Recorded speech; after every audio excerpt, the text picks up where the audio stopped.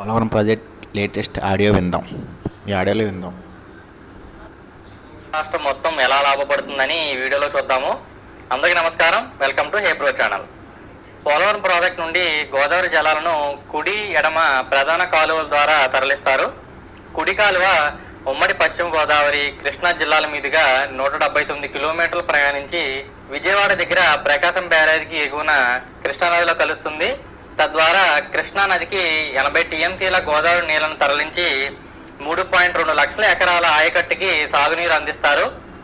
ఎడమ కాలువ ఉమ్మడి తూర్పు గోదావరి విశాఖ జిల్లాల మీదుగా 182 కిలోమీటర్లు ప్రయాణించి విశాఖపట్నంలోని కనితి రిజర్వాయర్ వరకు ఉంటుంది.